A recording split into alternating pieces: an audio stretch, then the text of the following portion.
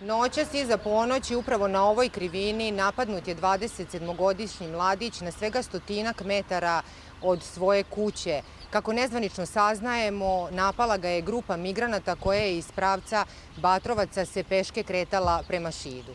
Roditelji su za napad na sina jedinca saznali rano jutros i sa neizvesnošću čekaju vesti iz Sremsko-Mitrovačke bolnice u koju je njihov sin primljen jutros u 4 sata i 55 minuta sa 3 ubodne rane.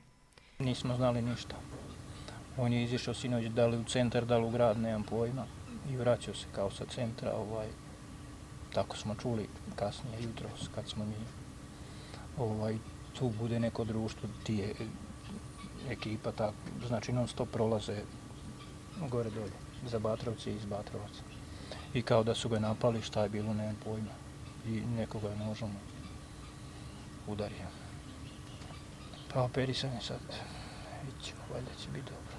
Prema rečima dežurnog hirurga, ubodne rane su u levi grudni koš sa probojem dijafragme, želuca i jetre.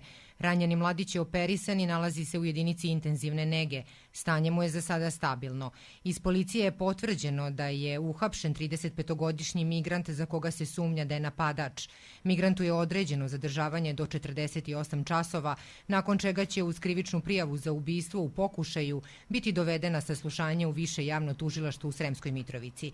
Podsjećamo da je ranije na zahtev lokalne samouprave u prihvatne centre uveden kućni red koji migrantima zabranjuje izlaz nakon 22 sata.